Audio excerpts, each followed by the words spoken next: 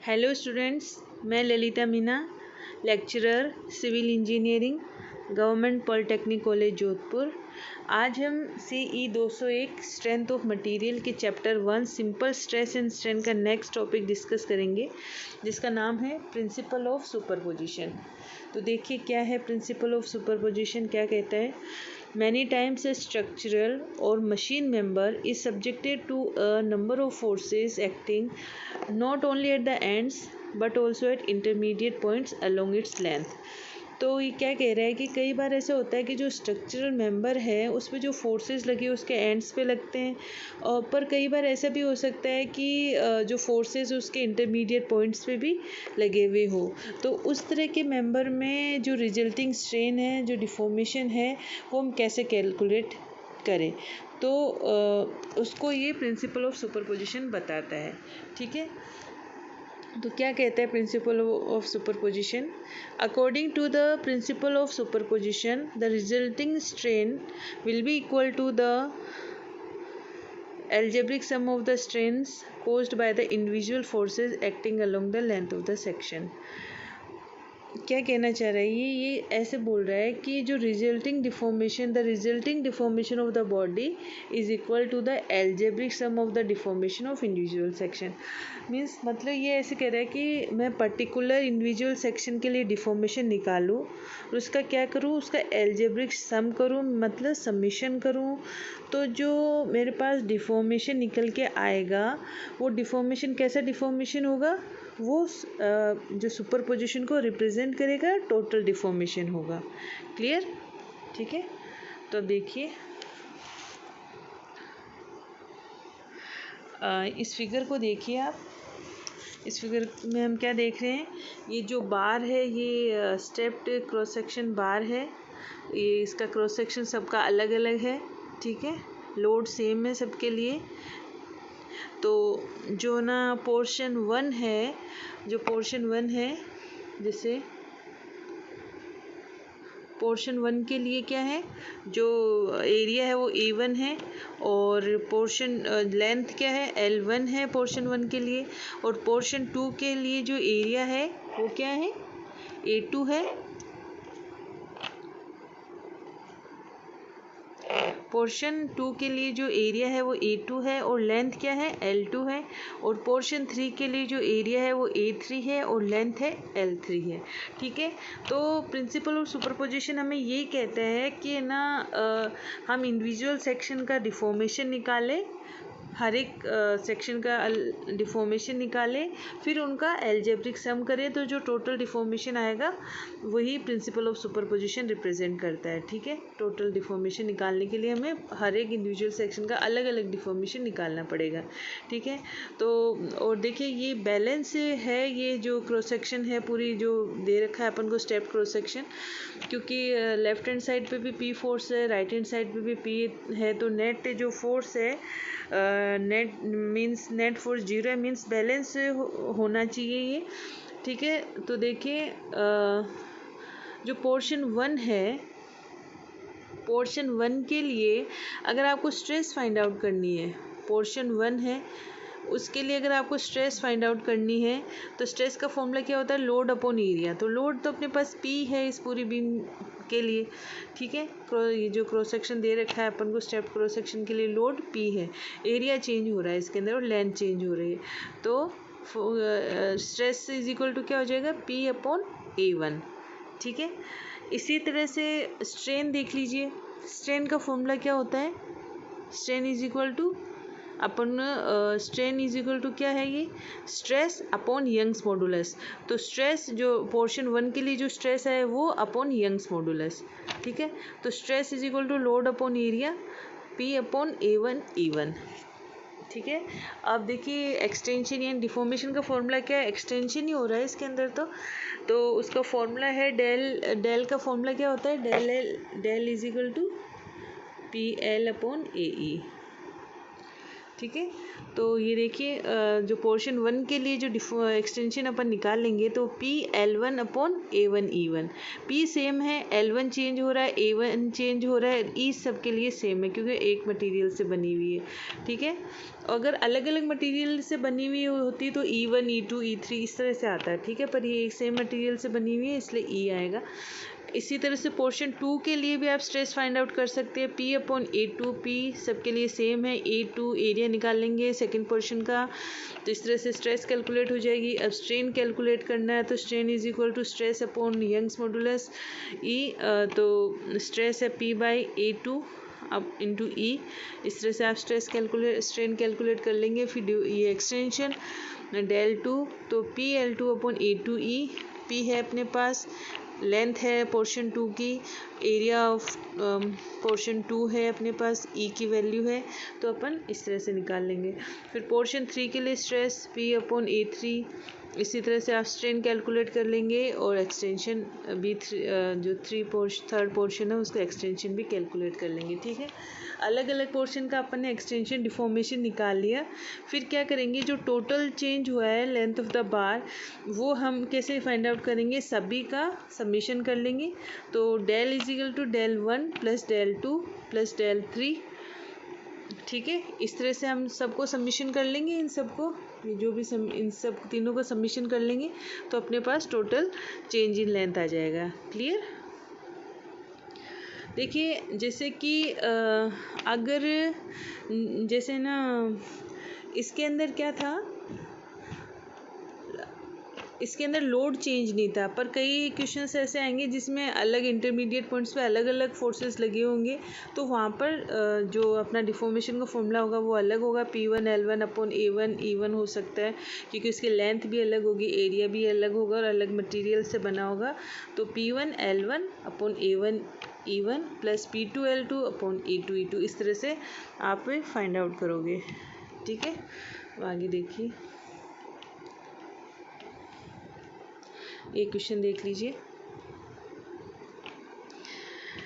इसमें क्या कह रहा है, a bar shown in figure is tested in universal testing machine.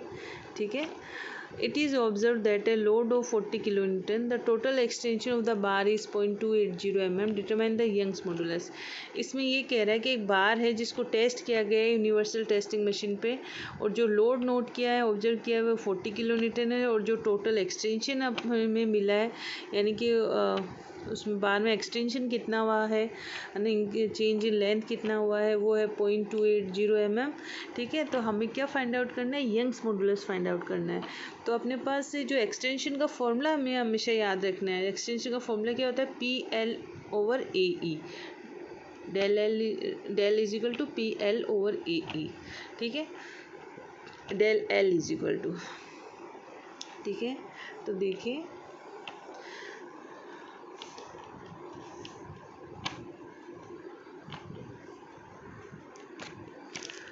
तो सबसे पहले तो ये आप क्वेश्चन देखिए, इसके अंदर ये पोर्शन 1 का में डायमीटर, ये देखिए सबसे पहले तो ये डायमीटर दे रखा है तो ये सर्कुलर है। ठीक है, ये कोई सर्कुलर है, ठीक है, बार है, सर्कुलर बार है।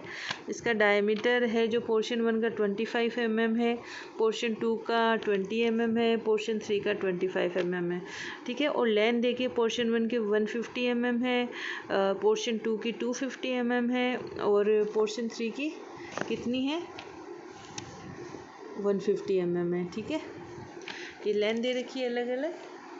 अब देखिए, अब जैसे अपन एक्सटेंशन ऑफ पोर्शन 1 निकालेंगे, एक्सटेंशन ऑफ पोर्शन 1 इसका अगर अपन निकालते हैं तो देखिए फॉर्मूला क्या होता है, PL over AE। P same है, L अलग है तो PL1 अपॉन एरिया अलग है तो A1 और E सबका यंग्स मॉडुलस तो हमें फाइंड आउट करना है, तो E सेम ही है सबका।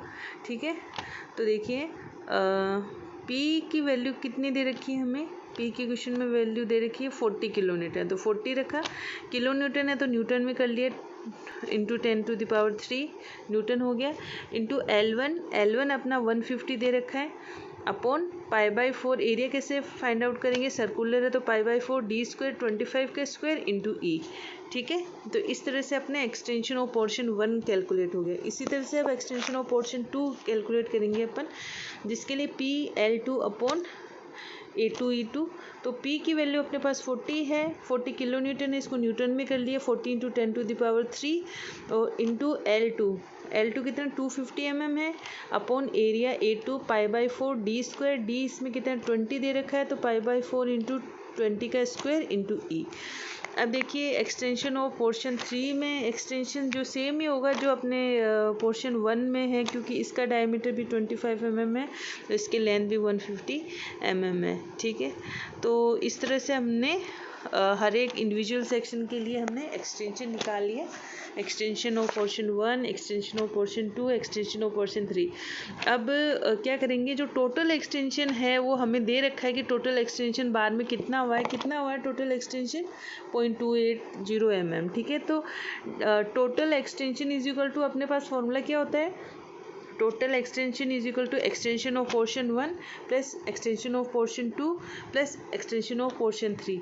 तो टोटल एक्सटेंशन अपने 0.280 mm दे रखा है, इज इक्वल टू जो पोर्शन 1 का एक्सटेंशन है वो लिखेंगे, ठीक है, पोर्शन 2 का है वो लिखेंगे, पोर्शन 3 का है वो लिखेंगे। तो अपने पास क्या होगा, अननोन क्या आ जाएगा अपने पास, ई अननोन है। ठीक है, क्या अननोन है, ई अननोन है अपने पास, तो ई की वैल्यू अपने पास आ गई 2000990 Nm/mm²। ठीक है, क्लियर। अब देखिए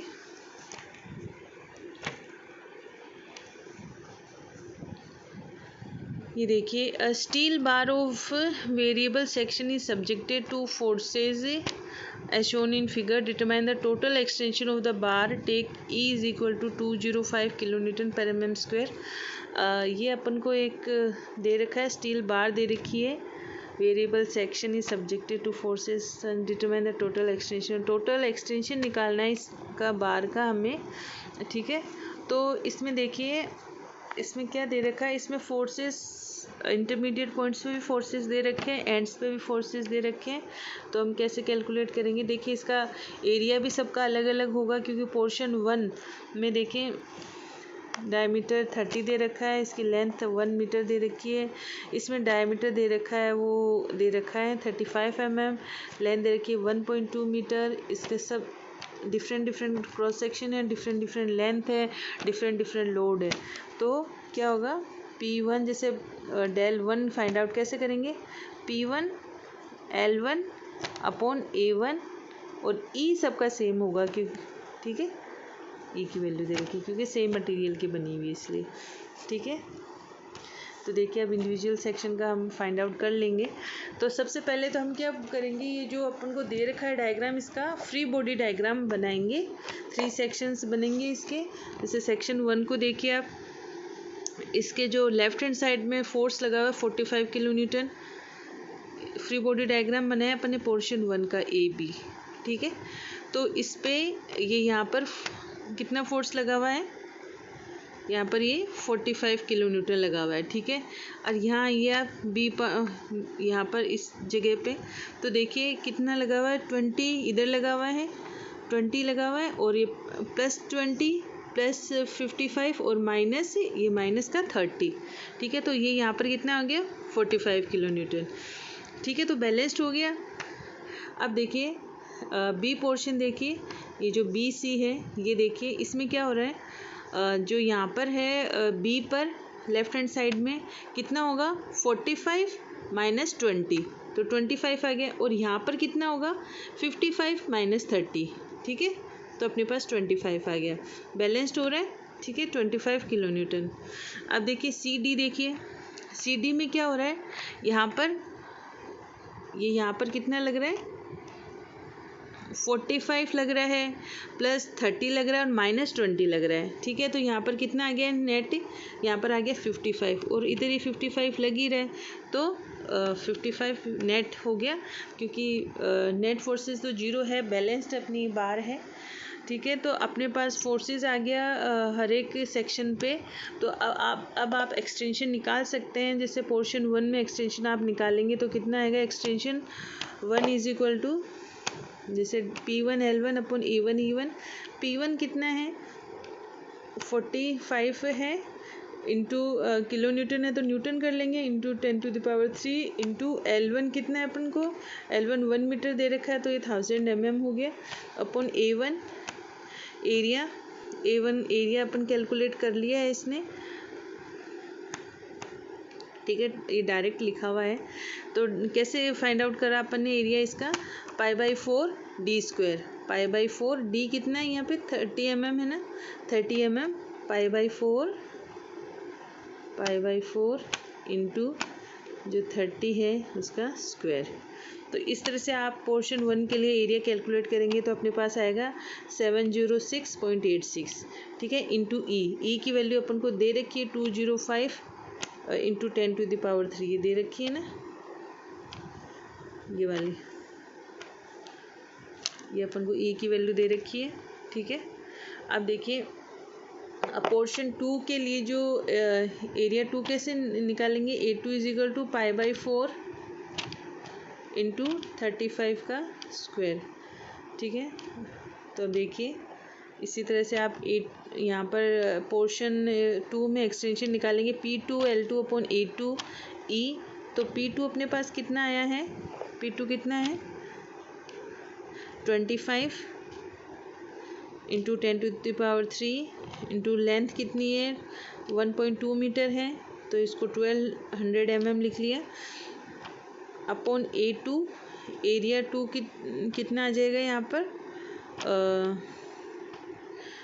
एरिया 2 अब कैलकुलेट कर लिया इसमें, जैसे π/4 d², d कितना दे रखा है 35 mm, तो π/4 इंटू 35 का स्क्वायर, तो अपने पास वैल्यू आएगी 962.11 इंटू ई की वैल्यू अपन को गिवन है। तो इस तरह से अपन del 2 फाइंड आउट कर लेंगे। इसी तरह से del 3 फाइंड आउट करेंगे। पी की वैल्यू अपन एरिया लिखा हुआ है, ये एरिया जो 30 mm डायमीटर दे रखा है इसे एरिया अपना कैलकुलेट कर लिया तो 706.86 mm² आ गया। अपन वैल्यू पुटअप करेंगे तो del 3 की वैल्यू आएगी। अब टोटल एक्सटेंशन अपन कैसे निकालेंगे, पोर्शन 1 में extension plus portion 2 plus portion 3, तो अपन इनका सबका एल्जेब्रिक सम करेंगे तो total extension of the bar अपन को कैलकुलेट हो जाएगा, ठीक है। तो total extension of the bar कितना है अपने पास 0.843 mm। क्लियर, होप आपको समझ में आया होगा। Thank you.